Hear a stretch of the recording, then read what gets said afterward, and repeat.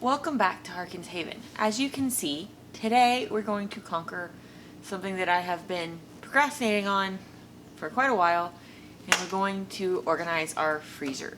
So we just ordered a whole hog from a local person who has been raising them, and we're supposed to get, it goes to processor next Wednesday, and it'll be there for about a week, and then we'll get it after that. So we have like a week and a half, 2 weeks before we get our meat, and we don't. As you can see, this freezer's kind of full. Now it's not. It just needs rearranged and reorganized. I have some space in the inside freezer. I need to know what's in here so we can start eating through it, because when we moved, everything just got thrown in, and it's sort of been a free-for-all dig space when I need something, and I don't even know what's in here anymore. So we're going to go through it and get started on organizing it.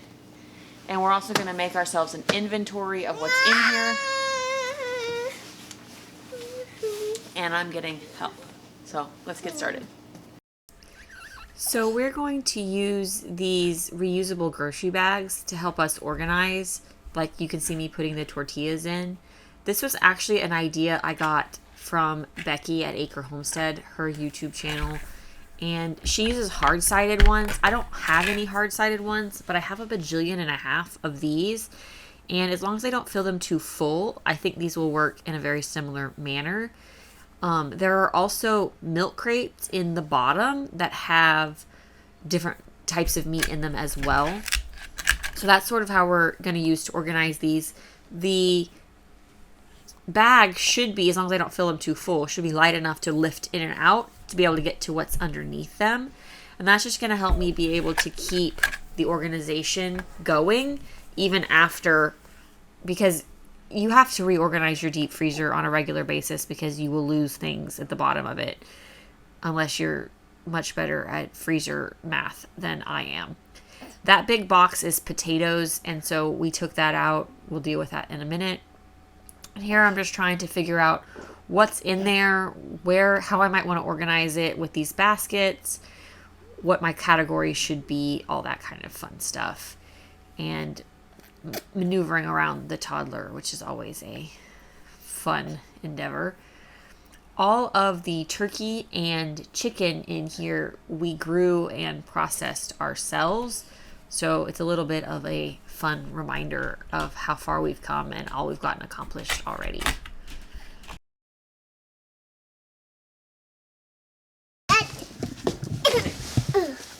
So under here and all over there, those are all whole chickens that we butchered this summer, and that's the turkey. This is some beef and pork that I gotta deal with, and this is the other random stuff. That's where we're at right now.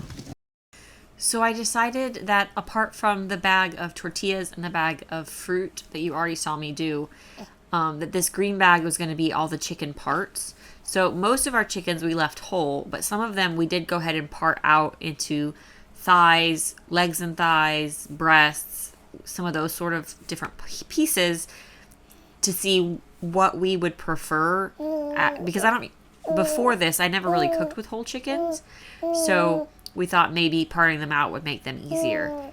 So we're still figuring out what we like and prefer. But all those pieces went into the green bag so that I can find them easier. And they're all labeled with what they are and the date. And then every time you see me turning around here, I'm just writing on my list what I have. So chicken thighs, chicken breasts, ground beef, whatever it is, it's going on my list so that I can make a sort of inventory of everything in the freezer. And then my thought process is when I use something from the freezer, I'll mark it off the inventory. And so I'll be able to keep a running list of sort of what's in the freezer, which should help when it comes to mealtime for me knowing what I have and can go get without having to sit here and open and dig through this freezer to try to figure out what's where and what I might want in any given day. It also will help if I send Brian out and say, hey, go grab me this. I'll know that it's actually in there and that he's on a wild goose chase.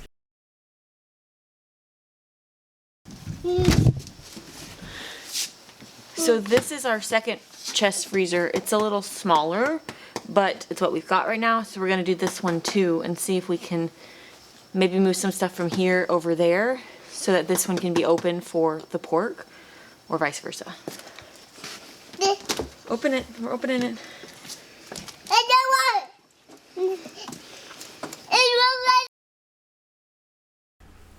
So our hope is that eventually we'll be able to have a freezer for each sort of meat type. So one freezer's for chickens and one freezer for pork and one freezer for beef, and that will help us organize it a little bit. But as you can see, we don't have all of that right now, and we don't really need a lot more than we've got right now until we can start getting into butchering our own animals or buying whole cows or pigs, which we're just now starting to figure out how to do. But I think this one, what I've sort of decided is that I'm going to take all the parts and pieces out of this freezer and put them in the other freezer. And this freezer will be the whole chickens and whole turkeys.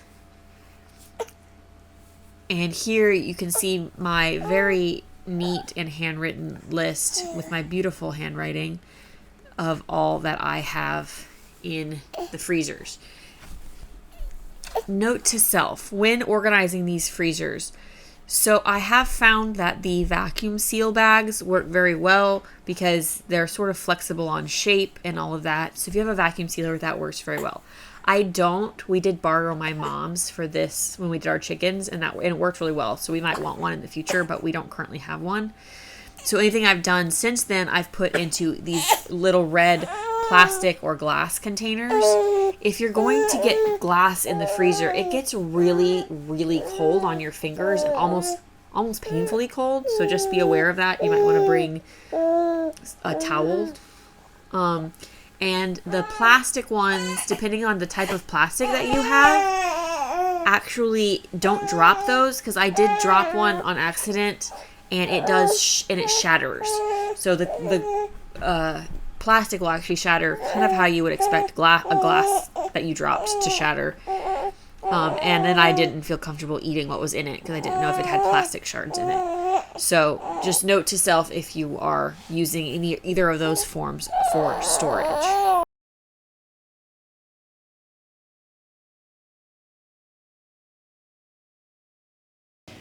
Okay, so it is technically January, almost February, and we still have something like 40 chickens in our freezer.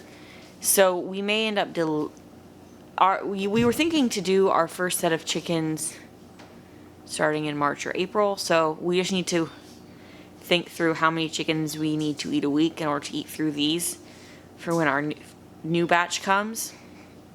I may also do a canning day and just can up some of these chickens, just cook them up, take the meat off the bones and can them up. Because we're not gonna have enough space in this freezer if we don't do something. I also pulled out this box of hash browns that I bought right before Bridian was born with the intention of making a bunch of breakfast burritos as a freezer meals for our family to eat in the postpartum. We never got around to it. So I might take those inside and at least start putting them in smaller containers so we can start eating through them. Or make a big breakfast burrito meal day. Not sure what's going to happen. Kind of depends on how the weekend goes. I do have a better list now of what we do have in these two freezers. This right here, this is a freezer as well on the top of the fridge. It has the hearts and livers and some of the leftover feet and such in there. So I haven't gone through that freezer yet. It also has a couple jars of chicken broth that I froze. So I can most of it, but I have a little bit frozen just for different uses. I think that most of our freezers right now, I need to do some serious thinking, because if I don't get some stuff out of these freezers, we won't have enough space to put the pigs in here. So we bought a whole pig. About half of it is going to my parents' house for them, but they only have one freezer, and she's not sure how much freezer space she's got either. So she's doing her own freezer organization in the next week or two. and then we'll back and forth what goes in what freezers. So stick around and see what we do with a lot of these chickens. Okay, so in an effort to reduce some of the stuff in our freezer, I have cooked 4 whole chickens in this roaster pan. Just put some water in it, let it go, just to cook them. I didn't really add a lot of spices or anything. And we're gonna can up some of that chicken. So I've started here, just putting the bones in a container, pulling the meat off the bone and putting them in jars. Right now, with our current family size, we usually can chicken in pints because that's about 1 meal's worth of chicken for us, because it's just me and Brian and the 2 toddlers, so they're not eating a ton. So let's get busy doing some of that. So this is the easy part. It's just picking the chicken off. It's just a little time consuming, especially when you're trying to do it one-handed with a small child. But this is not a canning tutorial, so I didn't really tell you all the steps of the canning, but basically I'm just putting the chicken in the jars. I'll fill up with some of the chicken broth that was created in the roaster oven, and then I'm going to pressure can them. I do wipe the rims of the jars with some vinegar because I did use the broth from the roaster oven, which means that it could have gotten a little bit oily. I have not had a really bad experience with that, so it's pretty easy. Okay, so I've just stuck our first set of chicken into the pressure canner. We're gonna let it can, and they're all pints, so meat and pints is 75 minutes, but it's gotta get up to pressure and all that initial setup stuff first. So that's what we're doing next. I did go ahead and make broth with some of the bones that we used. So this is the final product of what we canned with those 4 chickens, is a bunch of pints of chicken and a few pints and quarts of broth. It was a good result, and we're very pleased with it, and it got a lot of stuff out of our freezer. So yay.